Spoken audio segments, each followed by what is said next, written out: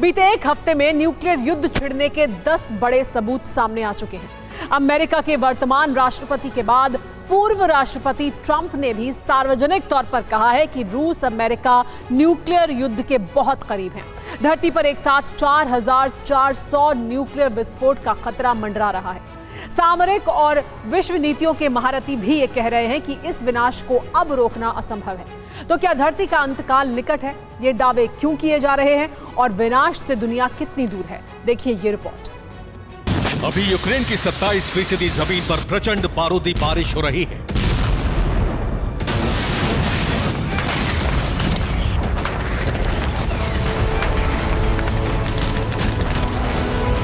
अभी 1,61,000 square kilometre के दायरे में जंग लड़ी जा रही है।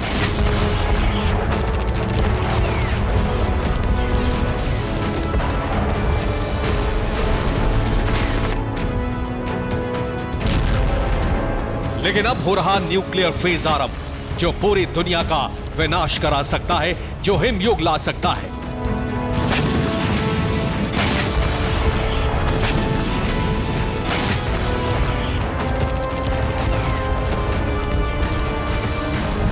अब युद्ध ईस्टर्न यूक्रेन के छोटे से क्षेत्र तक सीमित नहीं रहने वाला है, क्योंकि विश्व मंच से न्यूक्लियर विनाश अटल बताने वाले बड़े बयान आ चुके हैं।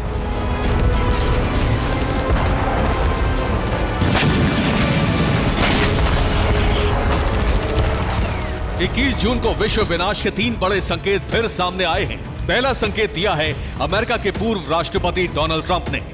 उन्होंने एक इंटरव्यू में कहा है कि अमेरिका रूस के साथ न्यूक्लियर युद्ध के बहुत करीब है। दूसरा संकेत दिया है रूस के विदेश मंत्री सर्गेई लावरोव ने, जिन्होंने नेटो पर सीधे हमले का अंतिम अल्टीमेटम जारी कर दिया है।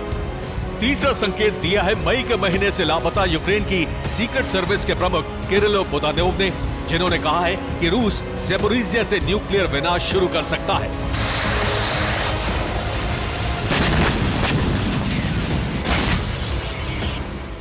रूस ने कई बार नेटो को यह चेतावनी जारी की है कि अगर यूक्रेन को मदद बंद नहीं की गई तो अमेरिका और उसके सहयोगियों के साथ सीधा टकराव ही अंतिम विकल्प है।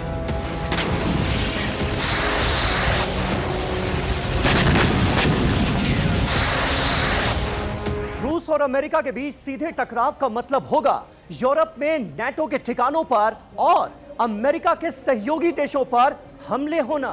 रूस ने अगर ये कदम उठाया तो इसका मतलब होगा न्यूक्लियर हमला, जिसके बारे में विदेश मंत्री लावरोव ने पहले ही स्पष्ट घोषणा कर दी है।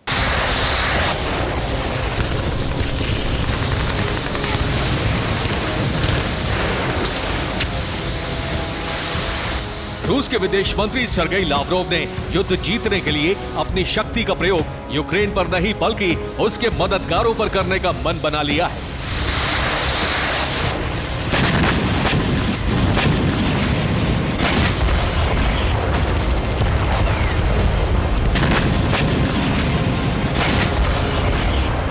यूक्रेन की जमीन पर बरसती मिसाइलें, गाइडेड बम कब यूरोप की तरफ दाग दिए जाएंगे, कोई नहीं जानता।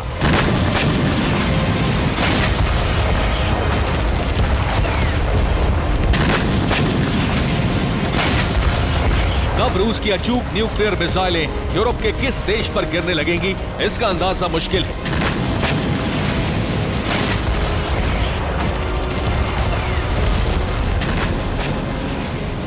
लेकिन ये तय है कि अब युद्ध परमाणु युद्ध में बदलने वाला है, क्योंकि रूस के बारे में यूक्रेन ने विस्फोटक दावा किया है।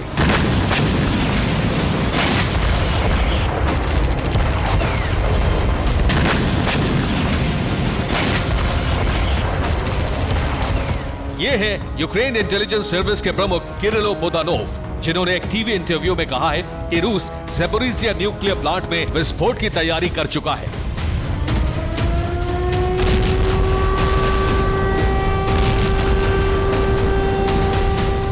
बुदानोव का दावा है कि रूस की सेना ने ज़ेपोरिज़िया न्यूक्लियर पावर प्लांट के जलाशय में खनन शुरू कर दिया है। न्यूक्लियर रिएक्टर में भी बारूद लगाया जा रहा है। ज़ेपोरिज़िया प्लांट में कभी भी एटॉमिक विस्फोट किया जा सकता है।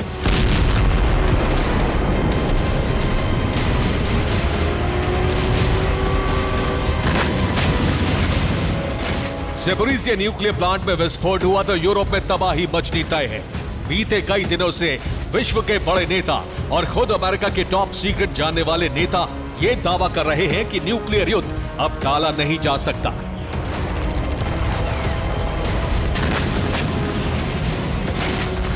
पंद्रह जून से लेकर अब तक न्यूक्लियर विनाश के कई बड़े संकेत मिल चुके हैं। सुपर पावर सरकारें चलाने वाले किस शख्स ने क्या कहा, ये जानिए।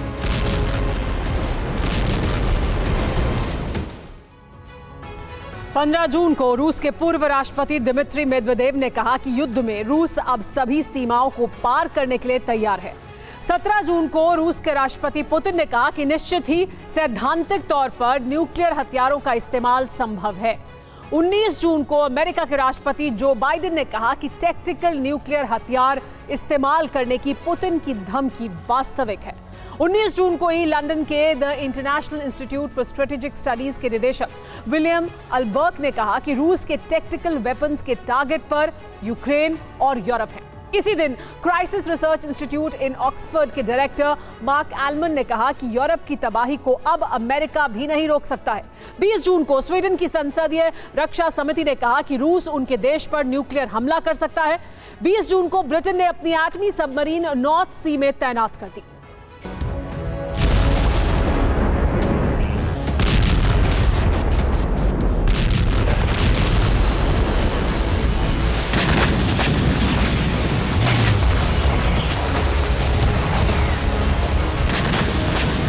विश्व की राजनीति को समझने वाले, सामरिक मामलों के जानकार और यूरोप अमेरिका के देश चलाने वाले खुद ये मान रहे हैं कि अब न्यूक्लियर विनाश टाला नहीं जा सकता है।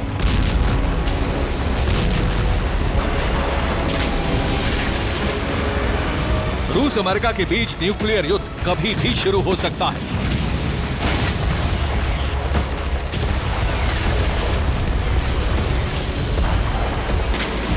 इस युद्ध की चिंगारी या तो ज़ैपोरिज़िया न्यूक्लियर पावर प्लांट में हुए विस्फोट से भड़क सकती है या बेलारूस की जमीन से किए गए टैक्टिकल न्यूक्लियर अटैक से।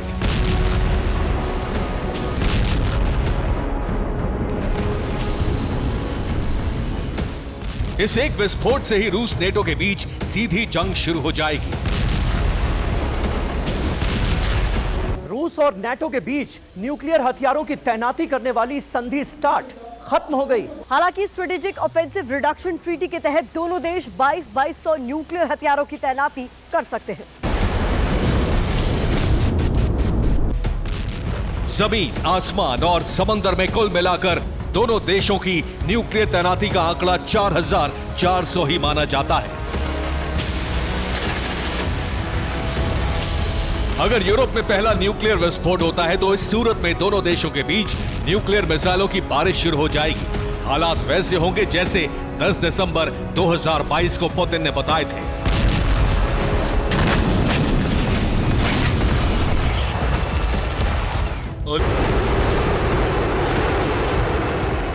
अगर रूस और अमेरिका ने एक दूसरे पर न्यूक्लियर हथियारों की बारिश शुरू कर दी तो पूरी धरती पर बरसों तक विनाश का डेरा होगा।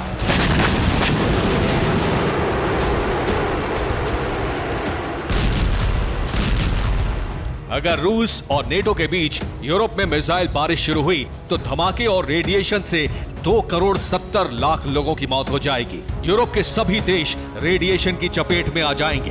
बरसों तक इन देशों में जनजीवन की गुंजाइश नहीं होगी।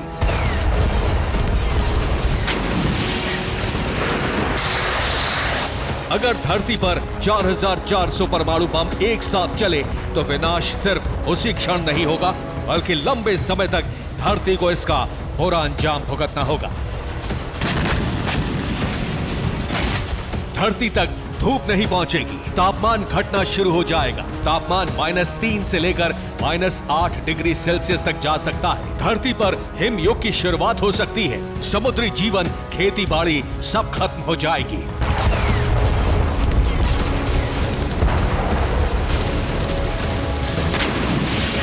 ये सिर्फ अनुमान है, वो भी रूस और नेटो के बीच छिड़े न्यूक्लियर युद्ध को लेकर।